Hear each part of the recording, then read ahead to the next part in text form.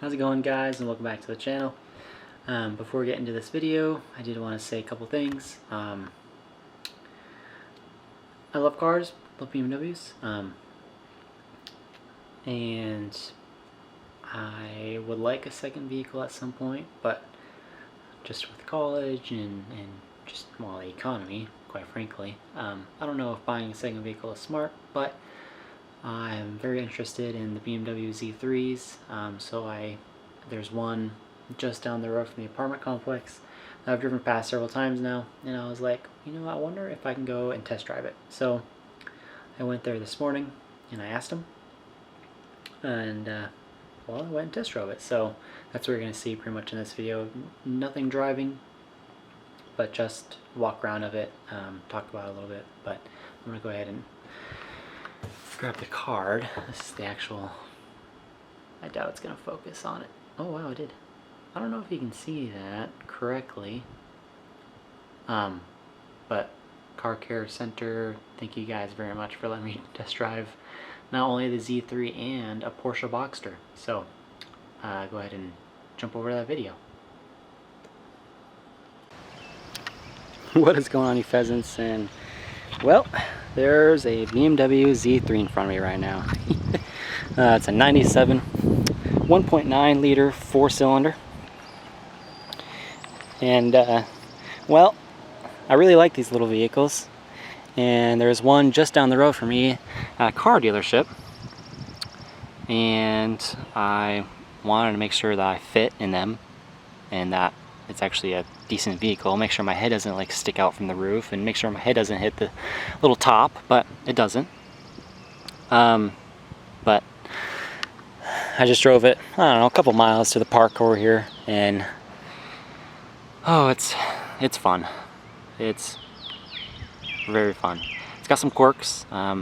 Handles like a BMW. It's a little jittery at times because of the older suspension. It is a 97. I don't know anything about the vehicle history, but interior rattles around a little bit, which is also to be expected.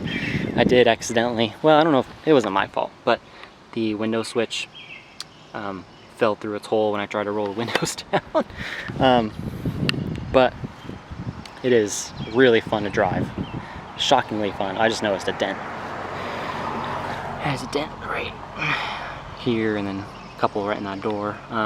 It is in good position. 111,000 miles. I said position. Condition, I mean. Paint is in pretty good condition. I didn't see any rust spots. I do really like the color.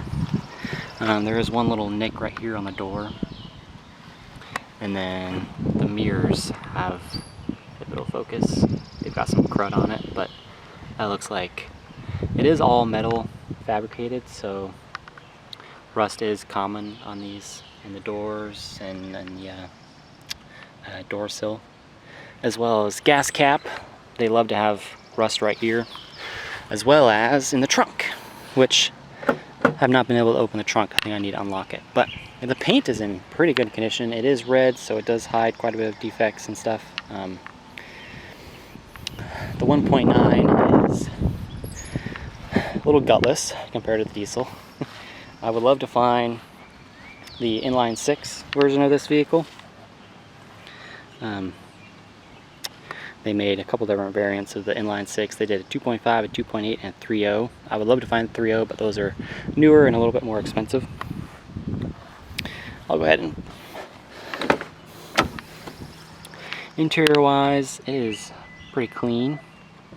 You do have a little bit of fabric pulling up from here, a little bit of wear right here from people getting in and out.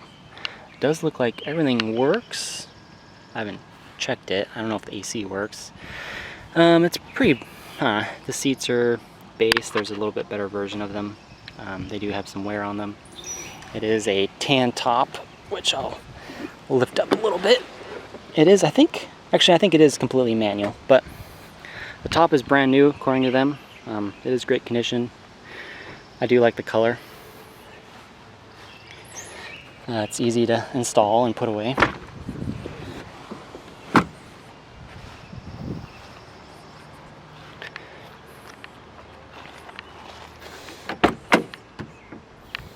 Yeah, it is.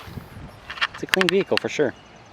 I'm gonna go ahead and pop the trunk, or I mean pop the hood. All right, so this is your 1.9 4-cylinder.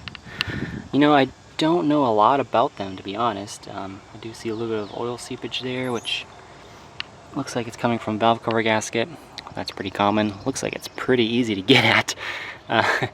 It definitely is not quite as crammed as the inline 6 would be, so it probably looks pretty easy to work on. 4-speed auto. I do want to find a 5-speed manual. I've never driven a manual. I know how, I just never done it. I would love to learn. I think this car would be perfect to learn it in because it is so small.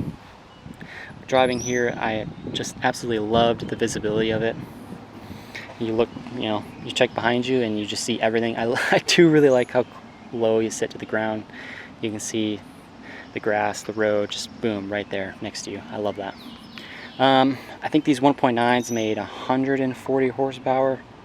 I don't know about the torque, but it's got enough. I mean, it goes, but the inline 6 would be a little bit better. Well, probably quite a bit better. And you get BMW's inline 6 smoothness. This 4-cylinder does, maybe it needs motor mounts at some point, but it does shake around a little bit. But it needs an Eli detail. It's got some spots that I've noticed that just haven't been cleaned. Like, this would be so easy to clean. I don't know why they bothered with it. The color, from my understanding, is called Hell Rot, which is actually a pretty well-known color in the BMW world. I like it. I like it a lot. It could use paint correction to make it shine a little bit more, but there's another defect there. You can see it. But yeah, man, what a fun car. I'm shocked how much I enjoyed it. They've got a Porsche Boxer too. I would be interested in driving that too, to be honest. I think it does have an OBD2 port, so my code reader will hook up to it. And if you're wondering on these, it's right here actually, in this cover, which I don't want to mess with. I don't want to break it, because I accidentally broke that.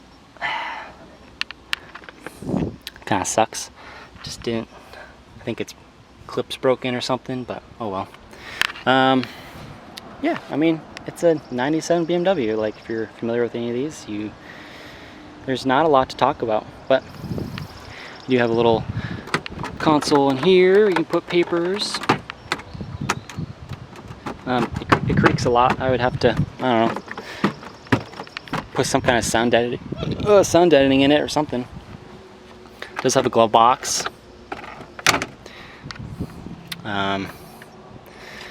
This usually breaks. Yeah, it's broken. I don't know what that is, to be honest. Yeah, I have no idea. Not gonna lie, I don't know. Maybe someone in the comments can tell me. It does have an ashtray in that door over there. But yeah, what a hoot this thing is to drive. It feels pretty planted to the road. It's a little jittery over bumps. Part of that's because it doesn't have double wishbone all around. It has rear trailing arms from the E36 M3, I want to say, but don't quote me on that. Yeah, it's a totally fun little car, and just, yeah, I like it. I like it a lot, more than I probably should. And to be honest, I live in an apartment. I don't need 2 cars, but I think having 2 is just fun.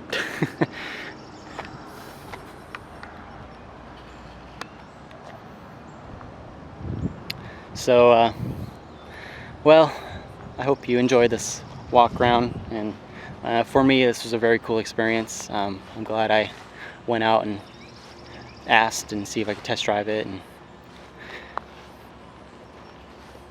and well, this is why dealerships exist, I guess. They let you test drive them, and they want to sell you a car, but they probably also, they want 10 grand for this thing. 4-pot, 111,000 miles, and they want 10 grand. That is overpriced. But that's dealerships for you. Actually, I don't know if it's a little, it's like a little auto care center, so, and they have a few cars for sale. But anyway, thank you for watching. I'll see you guys in the next video. Maybe it'll be a Porsche Boxster, I don't know. But yeah, thanks guys. I'll see you in the next one.